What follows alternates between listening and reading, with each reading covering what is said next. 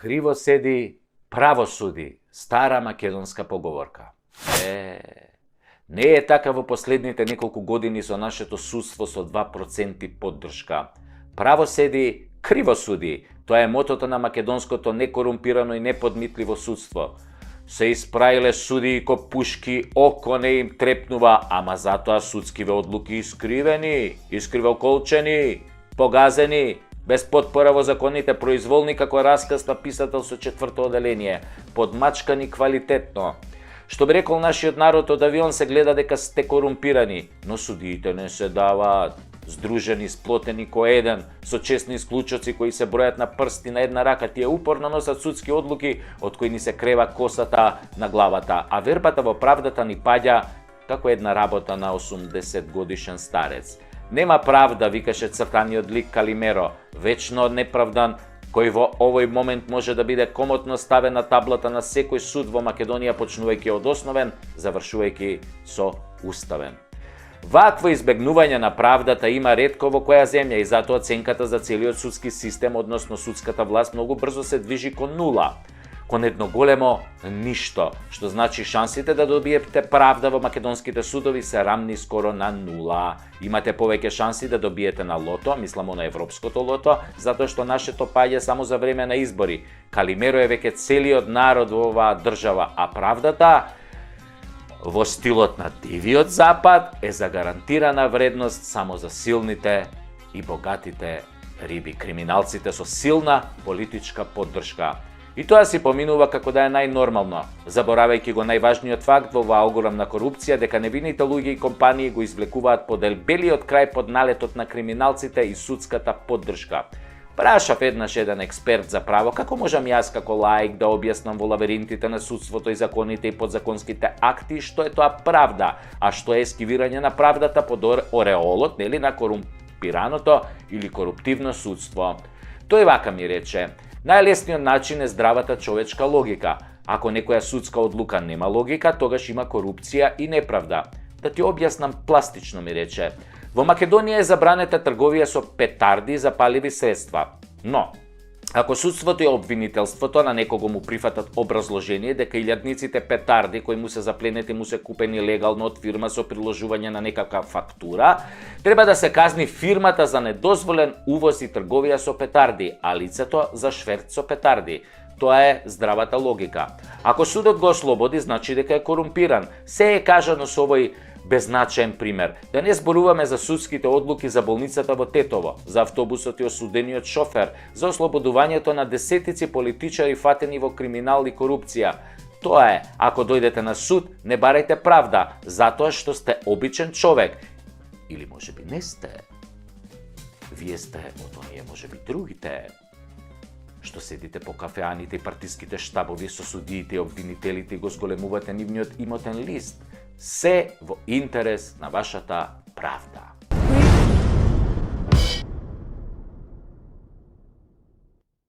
Да се разбереме. Нашата полиција не е корумпирана. Јок. Тоа се само урбани легенди и чаршиски муабети за полицајци на кои им ставаш 50 евра во сообраќајната дозвола за да не ти пишат казна за поминување на црвено светло или на дупла линија, или тоа што на партизанска возиш 160 на сат за да го пробаш новиот мотор на едно тркало. Не е точно. Па секој ден во полицискиот билтен има барем 200 возачи кои што се казнети. Како може корумпирана полиција да казнува? Ви се Тоа се приказни за да се дискриминираат полицајците и нивната професија. Земале едни другари ми раскажуваат таква измислена приказна како демек испиле по 2-3 раки и неколку пива и неколку гајби пиво, не се сеќам баш, и полицијата ги соперла, им дала да дуваат во балончи, нормално балончето покажало дека се чори пијани земја. И полицајецот ги прашал каде се здрвиле толку, тие му рекле: бате, не испивме многу ниеве. Еден другар частеше дека купил диплома за доктор, па реков, малку да се провеселиме со новиот матичен, па отидовме тамо на ќошон кај Перо. Го знаеш кај Перо, бе? Леле, брат, каква плескајца прави Перо, ао!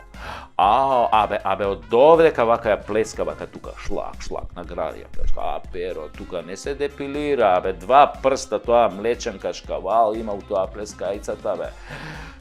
Добро, тогаш, сега казна 300 евра, овој рекол, ако немате 600 евра за 7 дена, плюс одземање на возачка дозвола, дечки 6 месеци, и оставете возилото тука со таксисите, auf Wiedersehen дома, или...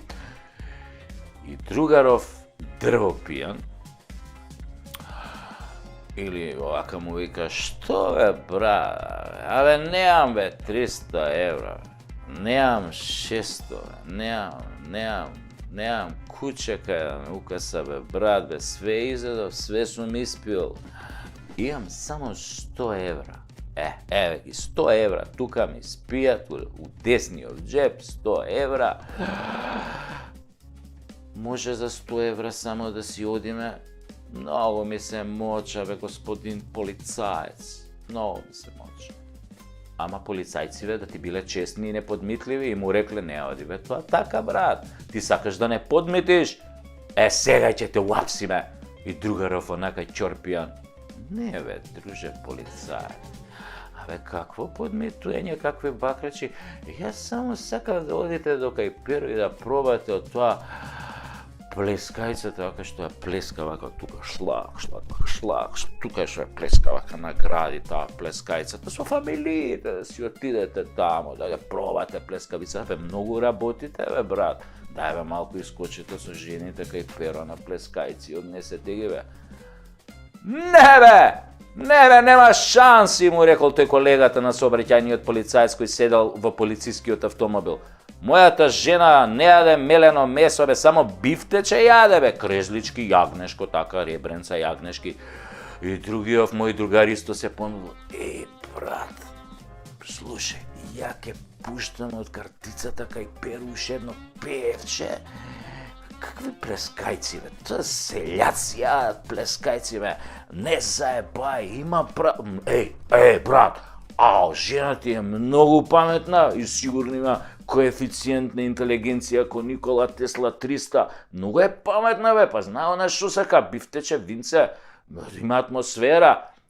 И тогаш овој првиот полицаец се почешал по главата и рекол, добра, ај се оставите колата тука, ојте тамо кај Перо, уплатете и кажете му да ми се јави, кој ќе ми се јави може да си ја земете колата и немој, бе, немој толку да пиете, бе. Немој, бе, џубиња сте се направиле, може полиција да ве фати, да ве земе возачката дозвола. Се разбравме ли? И така, другариве мои заштедиле 150 евра и 6 месеци без возачка дозвола. Тоа е кога полицијата не е корумпирана, кога нема корупција, а има само добар апетит. А за овие началници, што се сликаат на партиски митинзи, за полицајци што седат со мафијаши и се сликаат по кафеани, за функционерите и тендерите во Министерството за внатрешни работи, за тоа во некоја друга прилика да се разбереме, да бидеме на чисто. Во полицијата нема корупција. Јок! Има само Рима и плескајци. Перо, што ги плеска вака, шлак, тука награди вака, шлак. И бифтек, да. И нови шкоди. Корупција во политика. Ама ајде ви се мол. Абе глупост. Каква корупција во политика? Во политика нема корупција.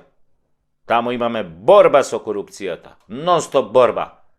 Како кој дојде на власт, он се бори, се мачи, војува со денови ноќи, нон-стоп е под опсада, се бори гради во гради со корупцијата. Толку е таа борба тешка и напорна и долготрајна. Задникот им знае. Што на секој политичар не му е доволен еден мандат за таа борба. Бара уште еден мандат. И уште еден за да може да се избори со корупцијата. И кај што е тешка борбата, таа е фрустрирачка и напорна, на секој политичар му создава здравствени проблеми, стрес. Например, Доаѓа тој млад, слаб, но здрав и неискусен и по неколку години жестока борба во политиката со корупцијата, секојдневно полна со нервози, неуспешни битки, еден напред, три назад, од фрустрацијата почнува прекумерно да јаде. Од нервоза јаде. Јаде, не може да застане. Обично политичарот, разочаран од неуспешната борба со корупцијата, јаде во собраниското бифе.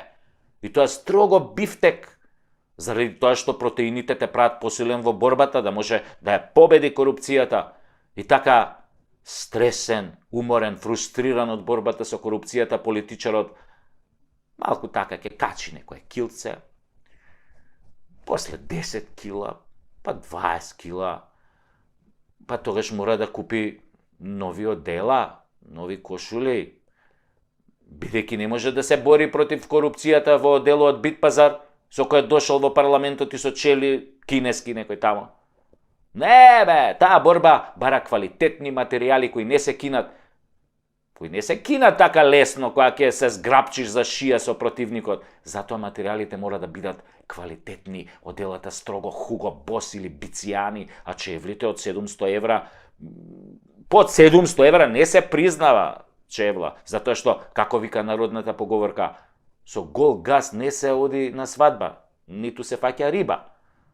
Сака да каже дека без подарок не се оди на свадба. Се мисли всушност на подарок во плико, пари во плико, евра во плико, може и долари во плико, може и албански леки, само ако пликото е, например, женска ташна, така наречена плико, за да бидат во доволен број. Така и добрата битка со корупцијата на политичарите е всушност борбата со пликото, да не влезе во нивниот скинат джеп од некое демоде од дело или од пазарче шо е, туку да склизне меко во листерот на новата воена Бицијани опрема. Леле да знаете како се бори против корупцијата кога имаш Бицијани од делове. Па кој ќе им мавнеш една, па она кој ќе те залепи со една, две, три, 5.000 дарки по фаца. Па tu треба да се издржи бе. 5.000 евра, например, у фаца се јак удар на корупцијата. 50.000 веќе те нокаутираат, не знаеш кај си. Прашуваш кој го исклучи светлото? Кој го исклучи? И на смењете тера со 50.000 евра кој ќе те мавне корупцијата. Кој го исклучи светлото? И машната мора да биде црвена, затоа што на тегето дело и бела кошула оди црвена машна, која ги символизира жртвите кои секој политичар ги дава во борбата со корупцијата. Неговите долгогодишни жртви да ја искорени корупцијата, да нема корупција кај неговите колеги, така и тој ќе се избори за да се одвикне полека за време на 3-4 мандата. И за неговата борба со корупцијата секој политичар бидува награден како што доликува и секој е транспарентен затоа што борбата бара транспарентност кон тие што го барале тоа. Така, неговата награда се гледа во зголемувањето на неговиот имот на имотната листа во антикорупцијска. Што повеќе политичарот се бори против корупцијата, тоа повеќе му расте списокот на станови, возила и пари со кои е награден за својата борба. Така е барем во нашата земја. Ама во Шведска е обратно да ти било. Ама па, шо разбираат бе тие швеѓаните од политичка борба со корупцијата? Имаат тие други проблеми. Немаат корупција, затоа не знаат. Ај сега нек се борат бе ако можат,